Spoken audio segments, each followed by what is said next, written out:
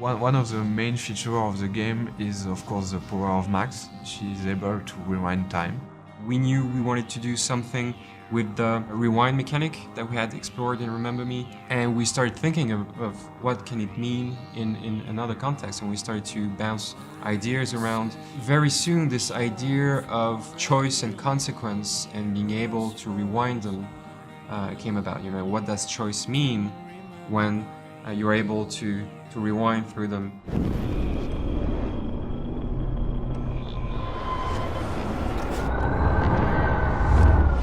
We really wanted to have the player feel powerful also with this power, and to really feel that he can change the things and come back in time. The game could exist without the rewind. It could be an classic adventure game, really interesting. I think that this new layer allows the player to have a different experience, be able to see the direct consequence of a different choice. You could be happy with the outcome of the first episode, how it ends, and regret maybe later your choices and wish you have do something different. The player will want to have several walkthroughs to make sure they see all the outcomes. When you're dealing with some time travel, you need to define clear rules in order to be sure that it's working within the frame of your story of your game. And also we needed to create those rules to have some really fun uses with puzzles and mechanism for the player. Chloe, you're stalling. I'm changing! Give me a minute! Just don't let me in, now. Please. 1 second!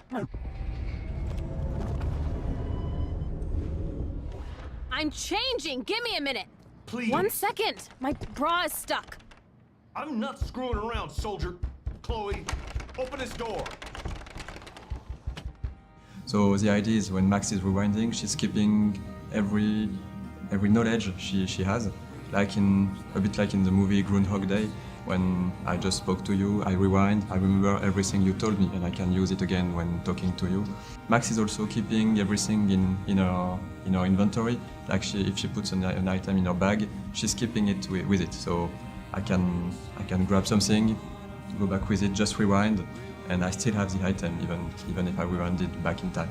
Those kind of rules, we use it a lot for puzzles and also to tell something about also the characters. Even in a dialogue puzzles, you will have some information, but those information will be related to the character. And we've made a lot of tests about the rewind and should Max keep those information, should Max keep those items, should Max be rewinded herself by when she rewind. We have made a lot of tests about this and we finalize those rules. It allows us to have very interesting puzzles and very also funny situations in the game with those rules.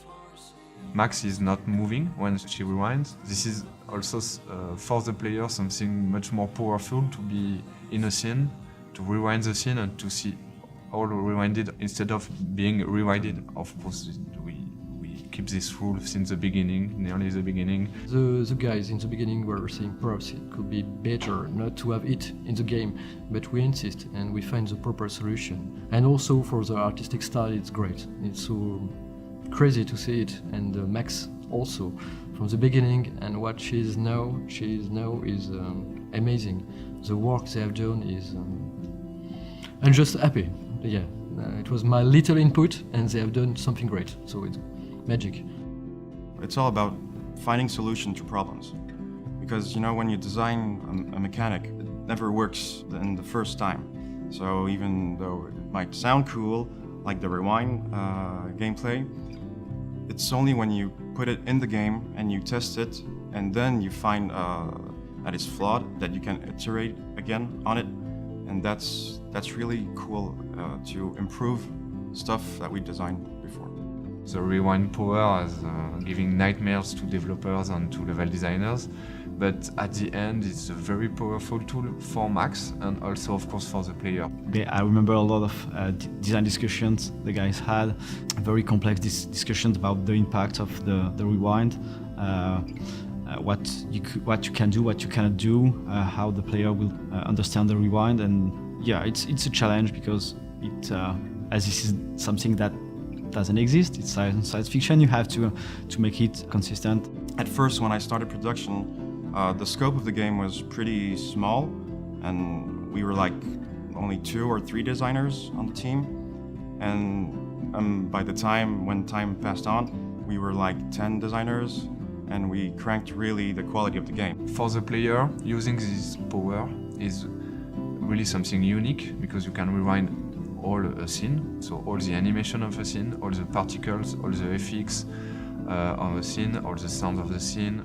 Can you give me an example of a Man, I photographer cannot who believe perfectly this. captured the human condition in black and white? Okay, if I'm crazy, Anybody? I might as well go all the way. Bueller? Can I actually reverse time? Since Max is a photographer and the visual of the game are linked to this photographic feeling and also nostalgic feeling, for the rewind effect we developed some new post processes and new visual effect looking like the film is burning when you reach the limit of your power, when Max is getting some headaches because she cannot rewind further in time, or when she's rewinding we have this double exposure feeling, like two different times are overlapping or framing at the same moment. So we are using all those visual effects to give a nice feeling with the rewind, to really show the player that is going back in time and to be something that's quite rewarding and really cool to look at when you're rewinding. The camera burn effect is present, and there is an overlay of light leaks like in a broken camera, and it presents a twirl effect. As if the celluloid, the film, is twisted away before burning. We add on top of that a layer of burning, and this is achieved by using screen space particles that overlaps. During this effect, Max is rendered as a blurred ghost, and the blurred effect is composited on top of the scene, but slightly offset, like it was a composition of photography. What we want to achieve is to see a reminiscence of Max. It's not the actual Max, but to overprint a ghost of what she has done previously. It's still a story of a character with a rewind power, so there is this story arc that is quite sci-fi, but there is also all those elements of real life that we wanted to deal with, and that's why the game is called Life is Strange. It's also something that's really important for us to talk about those real characters and real issues with that some of our players might have experienced themselves already. Seeing people play the game will be the best reward. We've made some playtests, we've seen people giving us their feedbacks, and as soon as you see someone doing a specific thing that's a part of the gameplay that's not mandatory, you see people explore, people enjoying small stuff, smiling, having fun. It's the best feeling you can have. Life is not always so easy. Life is strange, and so you have to grow. And I think the game will help people grow, and I think it will help also video game to grow in a way. It's perhaps pretentious, but we want to bring the independent video game to our industry, and I think there is a huge place for it, and I think it will be very successful. Thanks to Square Enix, who were the first to believe in the project.